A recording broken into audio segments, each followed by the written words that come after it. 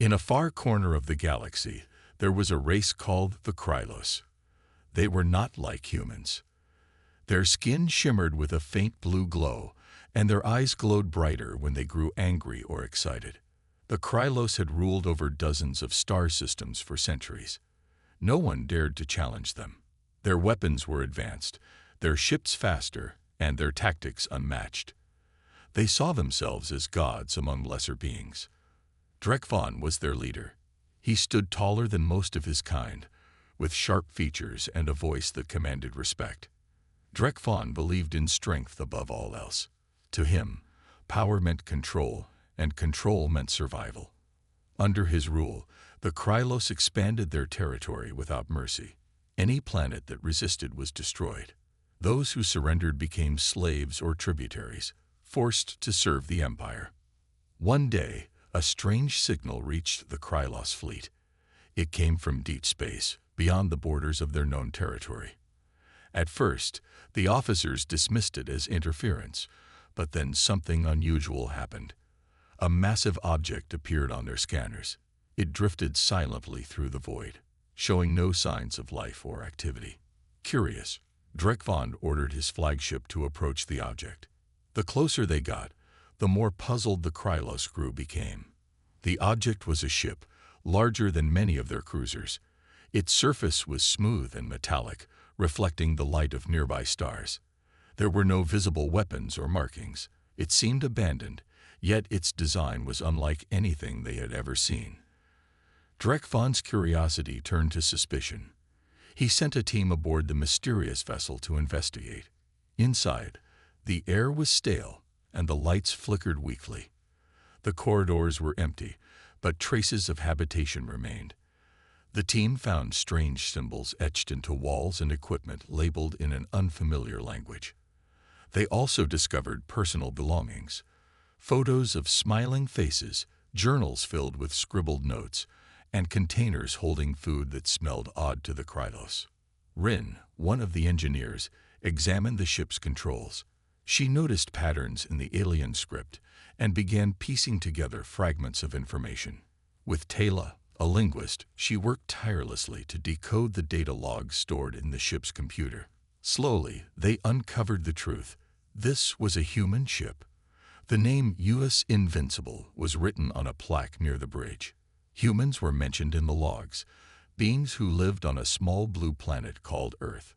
Drek'Von listened intently as Rin and Tayla explained what they had learned. Humans, it seemed, were primitive compared to the Krylos. Their technology was outdated, their weapons weak. Yet this ship, despite being damaged, showed ingenuity in its design. Drek'Von felt both amusement and intrigue. Primitive creatures had built this. He wondered if they could be useful, or if they needed to be eliminated before they caused trouble. For now, Drek'Von decided to track down the origin of the ship. If these humans thought they could challenge the Krylos, they would learn quickly how wrong they were. Power, after all, belonged to those who understood it best. Or so he believed. What Drek'Von did not realize was that understanding power sometimes came too late, and at a cost higher than he could imagine. The Krylos fleet moved swiftly through the vast emptiness of space, guided by the coordinates extracted from the mysterious ship. Drek'Von stood on the bridge of his flagship, staring at the stars ahead. His mind was filled with questions. Who were these humans? What kind of beings could create a ship like the one they had found? And why had it been drifting alone in deep space? Rin and Tayla worked tirelessly to piece together more information from the data logs. They discovered that the ship had been part of something called Earth's United Nations Space Command. It carried a crew of over 300 humans, but there was no record of what had happened to them. The last entry in the logs spoke of an engine failure and dwindling supplies. After that, silence. Drek'Von dismissed the idea that the humans could still be alive. If they had survived, they would have sent a distress signal or attempted repairs. No, the ship was likely abandoned long ago. Still, the existence of such a vessel troubled him. Humans might be primitive, but their ability to travel across stars suggested potential. Potential meant risk. Risk meant action. When the Krylos fleet reached Earth's solar system, they slowed their approach. From a distance, the third planet looked unremarkable, a small blue orb surrounded by clouds. But as they drew closer, sensors revealed sprawling cities, oceans teeming with life, and vast networks of communication signals. This was not a world of savages. It was a thriving civilization. Drek'Von ordered his ships to enter orbit around Earth. He broadcasted a message across all frequencies, using simple words to ensure the humans understood.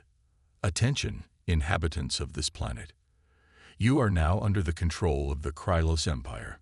Surrender immediately or face destruction. On Earth, chaos erupted. Governments scrambled to respond. Military forces mobilized. Though everyone knew humanity's weapons were no match for the Krylos fleet, civilians watched in horror as massive alien ships loomed above their cities, casting shadows over streets and buildings. In the midst of the panic, Captain Laura Hayes received an urgent call. She was aboard the US Invincible Asterisk, humanity's newest and most advanced battleship. Though it was still undergoing tests, the ship was operational. Laura, a calm and determined woman in her late 30s, took command without hesitation. Her crew consisted of skilled individuals, including Daniel Carter, the chief engineer, and Emily Ross, the tactical officer. Laura gathered her team in the briefing room. "We don't know much about these aliens," she began, her voice steady. "But we do know one thing. They think we're weak. We can't let them believe that. The Invincible Asterisk is our best chance to show them otherwise." Daniel nodded, though worry lines creased his face. "The engines are stable, but the shielding system hasn't been fully tested. If they hit us, we might not survive." Emily leaned forward, her sharp eyes focused. "Then we'll make sure they don't hit us. We've got superior maneuverability compared to those bulky cruisers of theirs. If we stay unpredictable, we might stand a chance." Laura agreed. "Good. Let's prepare for battle. Everyone, to your stations." As the Krylos fleet prepared to attack, Drek'Von felt confident. His ships outnumbered Earth's defenses 10-1. The humans had no hope of winning. But he underestimated one thing: the human spirit. For Laura and her crew, surrender was not an option. They knew the odds were against them, but they also knew that giving up would mean the end of everything they loved. The first shots came quickly. Plasma torpedoes rained down from the Krylos ships, striking cities and military bases. Fires spread, and smoke filled the skies. Yet amidst the destruction, the Invincible Asterisk held its ground. Daniel activated the experimental shielding just in time to deflect a barrage of enemy fire. The ship shuddered, but remained intact. Laura gripped the armrests of her chair as the bridge shook violently. "Return fire," she ordered. Emily executed the command with precision. The Invincible Asterisk's cannons roared to life, sending bursts of energy toward the nearest Krylos cruiser. To everyone's surprise, the shots penetrated the alien ship's shields, causing visible damage. Cheers erupted on the bridge, but Laura silenced them with a raised hand. "This isn't over," she said firmly. "Stay focused." Drek'Von watched in disbelief as his ship's sensors reported the unexpected assault. How could humans, so far behind in technology, harm his fleet? For the first time in centuries, doubt crept into his mind. Perhaps these creatures were not as helpless as he had assumed. The battle raged on, lighting up Earth's atmosphere with streaks of fire and energy.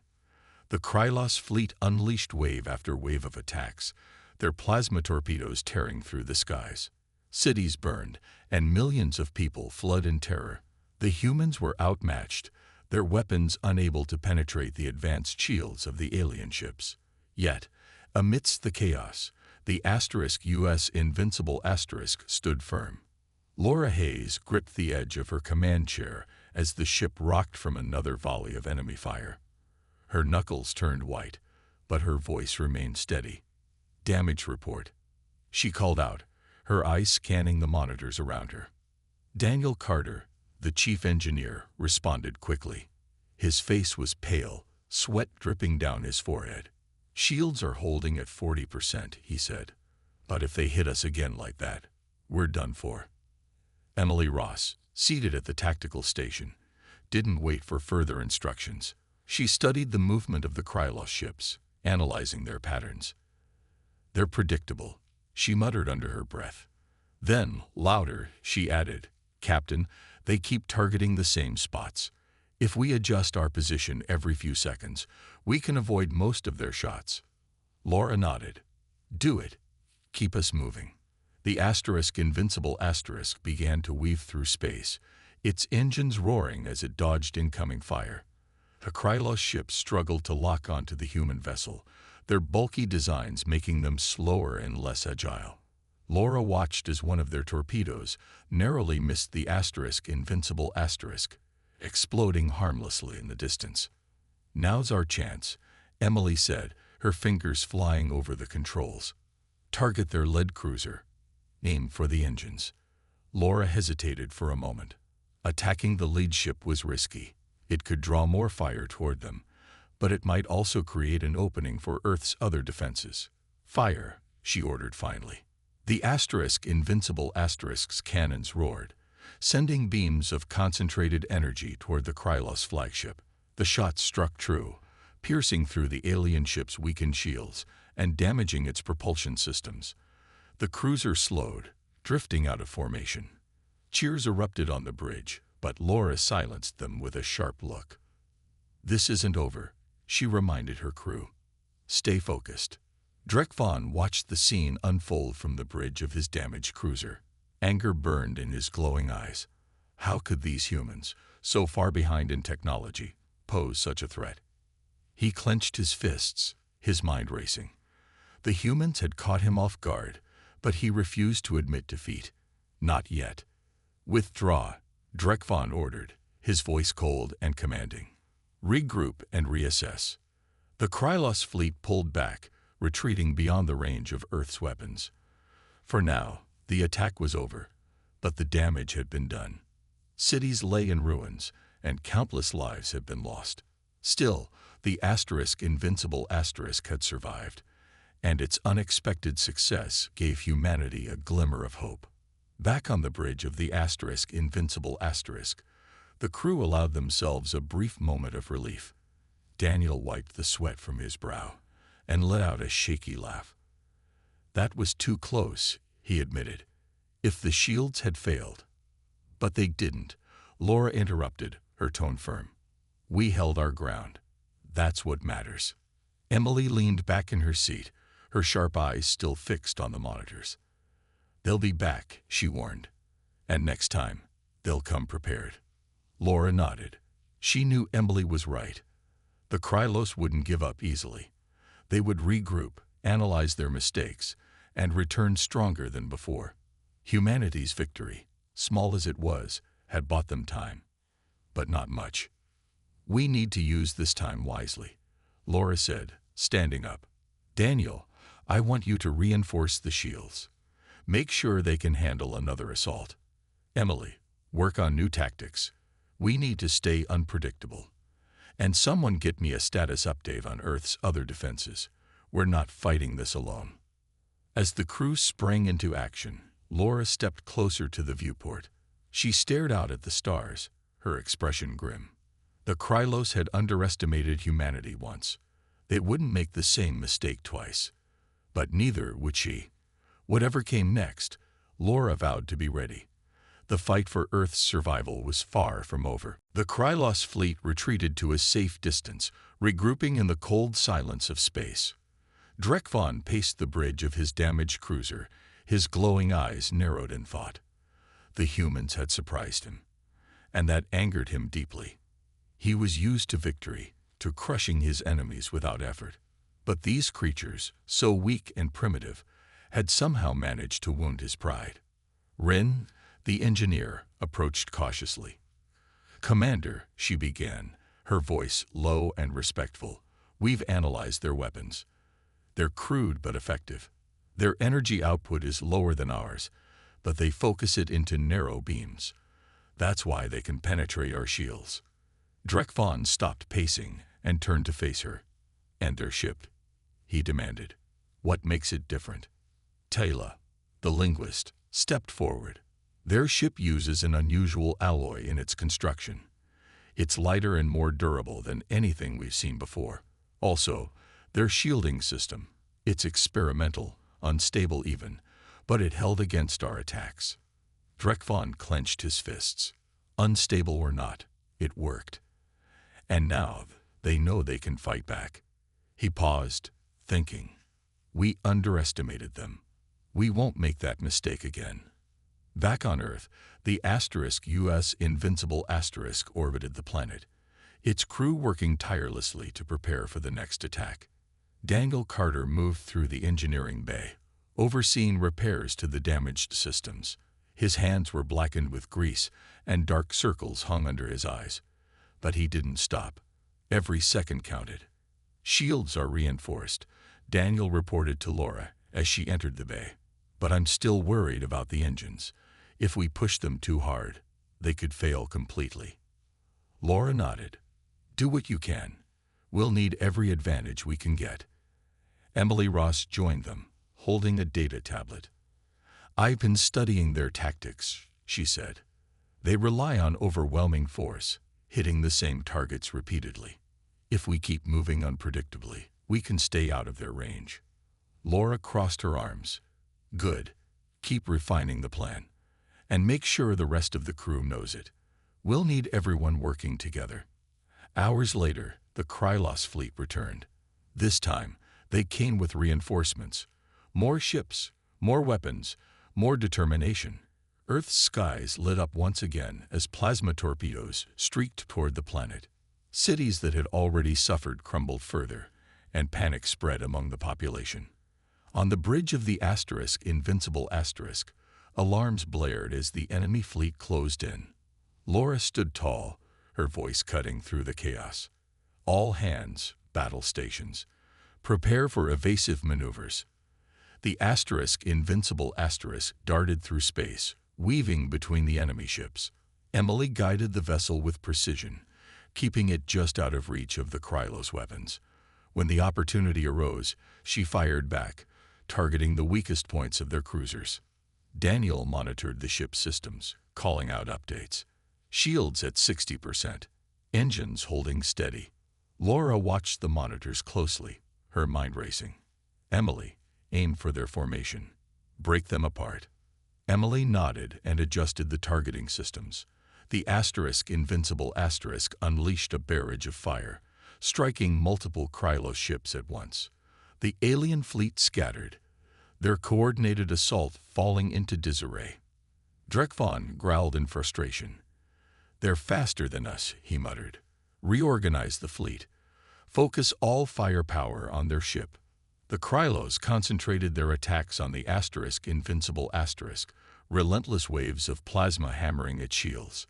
The crew braced themselves as the ship shuddered violently. Daniel shouted over the noise. "Shields down to 20%. We can't take much more." Laura's jaw tightened.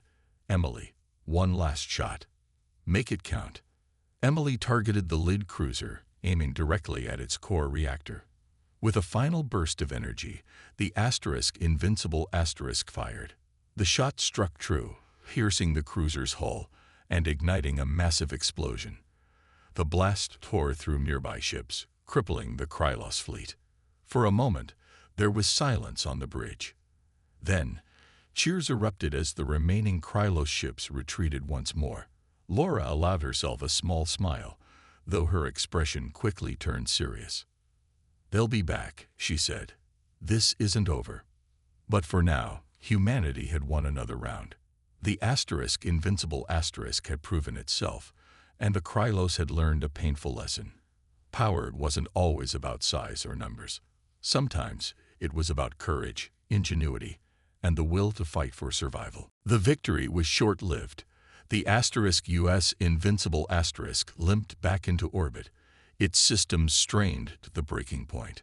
Smoke filled the corridors from damaged circuits, and the hum of the engines grew weaker with each passing hour. Laura Hayes stood on the bridge, staring at the monitors as her crew worked tirelessly to keep the ship running. She knew they had bought Earth some time, but it wasn't enough. The Krylos would return, stronger and angrier than before. Daniel Carter emerged from the engineering bay, his face streaked with grease and exhaustion. "Captain," he said, his voice heavy, "we've patched up the shields, but they're barely holding. If we take another hit like that, we're done for." Laura nodded. "Do what you can. We need this ship ready." Emily Ross approached, her sharp eyes scanning a data tablet. "Their numbers are growing," she said. "I've been monitoring their fleet movements. They're gathering reinforcements. Next time, they'll bring everything they've got." Laura clenched her fists. "Then we'll have to be ready too." She turned to the crew. "Everyone, listen up. The Krylos think they've broken us, but they're wrong. We've shown them we can fight back. Now, we need to show them we can win." Outside the ship, Earth's skies were darkened by smoke and ash. Cities lay in ruins, and millions of people were displaced. Yet, amidst the devastation, humanity began to rally. Governments set aside their differences, pooling resources and manpower. Factories that once produced cars and appliances now churned out weapons and supplies. Civilians volunteered by the thousands, offering whatever skills they had to support the war effort. Scientists worked around the clock to improve Earth's defenses. Daniel collaborated with teams on the ground, sharing data from the Invincible systems. Together, they refined the experimental shielding and developed new tactics to counter the Krylos' overwhelming firepower. Pilots trained relentlessly in simulators, preparing for dogfights in space. Everyone understood what was at stake: survival. Back aboard the Invincible, morale remained surprisingly strong. Laura made sure to visit every corner of the ship, speaking with her crew and offering encouragement. She found Daniel in the engineering bay, surrounded by wires and tools. He looked up as she entered. "I'm doing my best, Captain," he said, his voice tinged with frustration. "But these engines weren't built for this kind of strain." "You're doing great," Laura replied. "We all are. Just keep pushing. We don't have a choice." In the tactical room, Emily pored over maps of the solar system, plotting strategies for the next battle. She knew the odds were against them, but she refused to give up. "If we can lure them into Saturn's rings," she mused aloud, "we might be able to use the debris field to our advantage." Laura joined her, studying the map. "That could work," she said. "It'll force them to split up, making them easier targets." As the days passed, the crew of the Invincible transformed. Fatigue gave way to determination. Fear turned into resolve. They were no longer just soldiers or engineers. They were defenders of Earth, united by a common purpose. Meanwhile, Drekvon prepared his fleet for a final assault. He had studied humanity's tactics and weaknesses, determined to crush them once and for all. But he didn't realize something important. Humanity wasn't fighting just to survive. They were fighting for their home, their families, their future. And that made them dangerous. When the Krylos fleet returned, they brought with them more ships, more weapons, and a burning desire for revenge. But Earth was ready. The Invincible led the charge, its crew working as one. Laura gave the order to engage, her voice steady and clear. "Let's show them what we're made of." The battle that followed was fierce and chaotic. The humans used every trick they had learned, striking hard and fast. The Krylos fought back with equal ferocity, but they were no longer facing a scattered and unprepared enemy. They were facing a united force, driven by hope and defiance. For the first time, Drekvon felt doubt creep into his mind. These humans were not giving up. Not yet. The battle unfolded in the shadow of Saturn's rings, a chaotic dance of fire and debris. The Invincible led Earth's remaining forces into the heart of the conflict, using the dense field of ice and rock to their advantage. Laura Hayes gripped the armrests of her command chair as the ship darted through the chaos, narrowly avoiding collisions with massive chunks of floating debris. Emily Ross guided the vessel with precision, her eyes locked on the monitors. "Debris field ahead," she called out, adjusting course. Daniel Carter worked furiously in the engineering bay, his hands moving over controls as he monitored the ship's systems. "Engines are overheating," he shouted. "We can't keep this up much longer." Laura didn't flinch. "Stay focused. We got one shot at this." The Krylos fleet followed them into the rings, their larger ships struggling to navigate the tight spaces. Their formations broke apart as they tried to avoid the jagged ice fragments, giving humanity the opening they needed. Laura seized the moment. "Target their lead cruisers," she ordered. "Break them apart." The Invincible Asterisk unleashed a barrage of fire, its cannons roaring as beams of energy tore through the weakened shields of the Krylos ships. One by one, the alien vessels fell victim to the ambush, their hulls breached and engines crippled.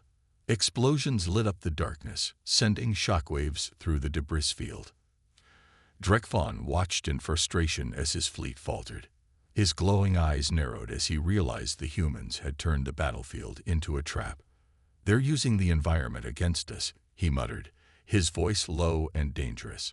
"Retreat from the debris field. Regroup and focus all firepower on their ship." But retreating was easier said than done. The Krylos ships were too large, their movements too slow. By the time they managed to pull back, the damage was severe. Dozens of cruisers had been destroyed, and morale among the Krylos crew was crumbling. Back aboard the Invincible Asterisk, the crew fought exhaustion and fear. Sweat dripped down Daniel's face as he struggled to keep the engines running.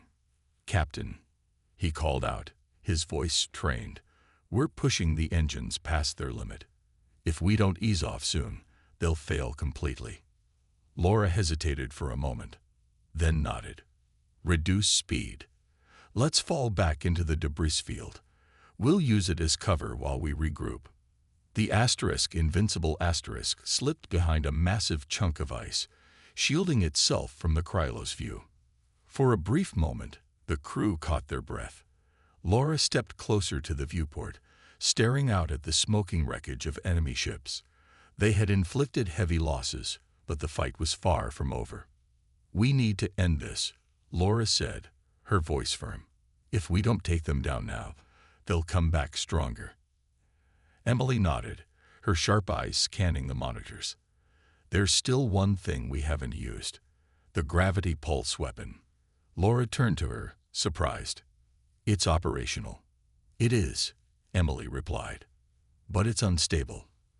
If we fire it, there's no guarantee it won't tear apart our own ship too." Laura hesitated, weighing the risks. The gravity pulse was their most powerful weapon, designed to create a massive wave of gravitational force capable of shredding entire fleets. But using it meant risking everything. "Do it," Laura said finally. "Prepare the weapon. Aim for the center of their formation." Daniel looked up from his station, his face pale. "Captain, if this doesn't work—" "It has to," Laura interrupted. "We don't have another option." The crew sprang into action, preparing the gravity pulse for activation. Outside, the Krylos fleet regrouped, their weapons charging for a final assault. Drekvon stood on the bridge of his flagship, his expression grim. "Finish them," he ordered. "Now." The Krylos ships unleashed a barrage of plasma torpedoes, heading straight for the Invincible Asterisk. Laura gripped the edge of her chair as the countdown began. "Fire," she said, her voice steady. The gravity pulse weapon activated, sending a massive wave of energy rippling through space. The Krylos fleet was caught in its grip, their ships torn apart by the overwhelming force. Explosions erupted across the battlefield, lighting up Saturn's rings like a deadly fireworks display. When the waves subsided, silence filled the void. The Krylos fleet was gone, reduced to drifting wreckage. On the bridge of the Invincible Asterisk, the crew stared in stunned disbelief. They had won. But Laura knew the cost. The Invincible Asterisk systems flickered, its engines sputtering as smoke filled the corridors. They had survived, but just barely. And though the Krylos were defeated, the scars of the battle would remain for Earth, for humanity, and for the crew of the Invincible Asterisk. The silence that followed the destruction of the Krylos fleet was deafening. The US Invincible Asterisk drifted among the wreckage, its systems barely operational. Smoke filled the corridors, and the hum of the engines grew fainter with each passing minute. Laura Hayes stood on the bridge, her face streaked with dirt and exhaustion. She stared out at the remnants of the alien ships, her mind struggling to process what had just happened. "We did it," Emily Ross said softly, breaking the silence. Her voice was heavy with disbelief. "We actually did it." Laura nodded, but her expression remained grim. Victory had come at a cost. The Invincible Asterisk was damaged beyond repair, its crew battered and weary. Earth's skies were still darkened by smoke and ash, and millions of lives had been lost. This was no time for celebration. Daniel Carter stumbled into the bridge, his clothes torn and his hands trembling. "Captain," he said, his voice weak, "the engines are failing. We got maybe an hour before they shut down completely." Laura turned to him, her eyes sharp despite her fatigue. "Then we need to make contact with the Krylos survivors. If there are any left, they'll want answers." Drekfon's flagship was one of the few ships still intact, though heavily damaged. Its crew worked frantically to stabilize the vessel, their movements sluggish and panicked. Drekfon himself stood on the bridge, his glowing eyes dimmed by defeat. For the first time in his life, he felt doubt, not just about his people's strength, but about their purpose. A transmission came through, crackling with static. It was Laura. Her voice was calm but firm. "This is Captain Laura Hayes of the US Invincible Asterisk. Your fleet has been destroyed. Surrender now, or face total annihilation." Drekfon hesitated, his pride warring with reason. He knew his people couldn't fight back. Their weapons were depleted, their ships crippled. Reluctantly, he responded, "We surrender. What do you want from us?" Laura wasted no time. "We want peace. Send a delegation to our ship. We'll negotiate terms." Drekfon agreed, though his tone was bitter. He selected Rin and Taylor to represent the Krylos, knowing their knowledge of humans might help bridge the gap between their species. The two aliens boarded the Invincible Asterisk, their expressions wary as they stepped onto the battered bridge. Laura greeted them with a steady gaze. "You attacked us without cause," she began. "Your actions have caused unimaginable suffering. If you want peace, you'll leave Earth alone and help us rebuild what you've destroyed." Rin glanced at Taylor, then spoke cautiously. "Our people believed you were weak. We thought conquering you would be easy, but we were wrong." Taylor added, "Your strength isn't in your weapons. It's in your unity. You fight not just for yourselves, but for each other. That's something we don't understand." Laura crossed her arms. "Strength comes from standing together, even when everything seems hopeless. Maybe it's time your people learned that." The negotiations were tense but productive. The Krylos agreed to withdraw from Earth's solar system and provide resources to aid in the planet's recovery. In return, humanity spared their remaining ships, allowing them to retreat with their dignity intact. As the Krylos delegation prepared to leave, Drekfon addressed Laura one last time over the communication link. His voice was quieter now, almost reflective. "You've shown me that power isn't about domination. It's about resilience. Perhaps my people have much to learn from yours." Laura didn't respond immediately. She looked around the bridge at her crew, exhausted but resolute. Finally, she spoke. "Let this be a lesson for both of us. The galaxy is big enough for all of us to share. There's no need for war if we can find a way to coexist." With that, the Krylos ships turned and departed, leaving Earth behind. The Invincible Asterisk's crew watched in silence as the alien fleet disappeared into the stars. They had won, but the victory felt bittersweet. The scars of battle would take years to heal. Laura stepped closer to the viewport, staring out at the vast emptiness of space. "We've proven we can fight," she said quietly. "Now it's time to prove we can build." Her words echoed through the bridge, a reminder of the challenges ahead. Humanity had survived, but rebuilding would require more than courage. It would demand hope, determination, and unity. And for the first time in days, Laura allowed herself to believe they could rise to the task. Months passed after the battle, and Earth began to heal. The scars of war were still visible: ruined cities, empty streets, and fields of debris. But life slowly returned. People worked together to rebuild homes, schools, and hospitals. Governments pooled resources to repair damaged infrastructure, and scientists collaborated to restore ecosystems harmed by the Krylos attacks. Humanity had faced extinction, but it had emerged stronger, united by a shared purpose. The US Invincible Asterisk became a symbol of hope. Though its engines no longer roared and its hull bore the marks of countless battles, it was preserved as a monument to human resilience. Laura Hayes retired from active duty, hailed as a hero. Her calm leadership and unwavering determination had inspired millions. She spent her days traveling across the globe, speaking to crowds about the importance of unity and perseverance. Daniel Carter continued his work in engineering, using his experience to design safer and more efficient ships. He often visited schools, encouraging young minds to pursue science and innovation. "We've proven we can stand up to challenges," he told them. "Now it's your turn to take us further." Emily Ross took command of a new fleet, a joint human-Krylos exploration force. In the wake of the war, both species had begun tentative steps toward cooperation. The Krylos, humbled by their defeat, sought to learn from humanity's example. They sent ambassadors to Earth, eager to understand how such a seemingly weak species had achieved victory. Emily led missions into uncharted regions of the galaxy, charting stars and planets while fostering trust between the two races. Drekvon, once proud and unyielding, became an advocate for change within the Krylos Empire.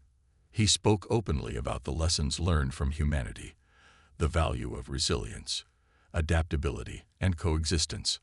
Under his guidance, the Krylos began dismantling their oppressive systems, granting freedom to conquered worlds, and working to rebuild what they had destroyed.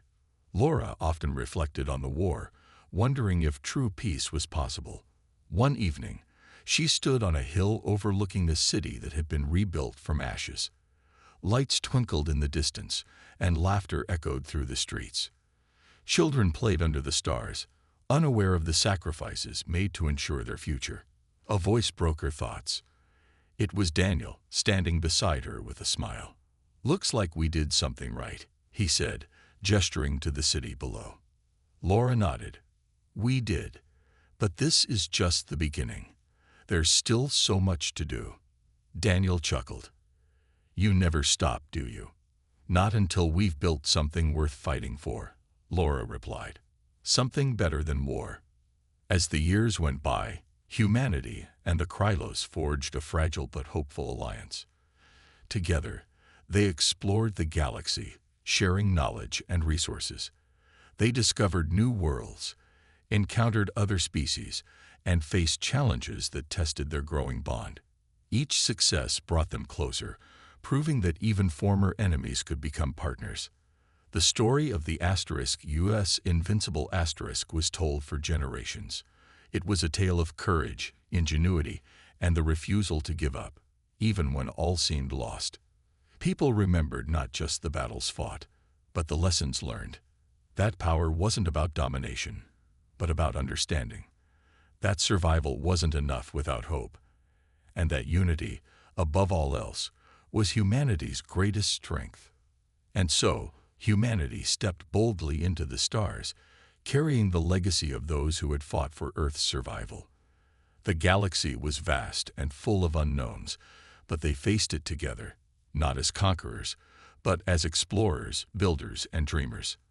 For the first time in history, humanity looked to the future not with fear, but with confidence. They had proven they could endure. Now, they would prove they could thrive.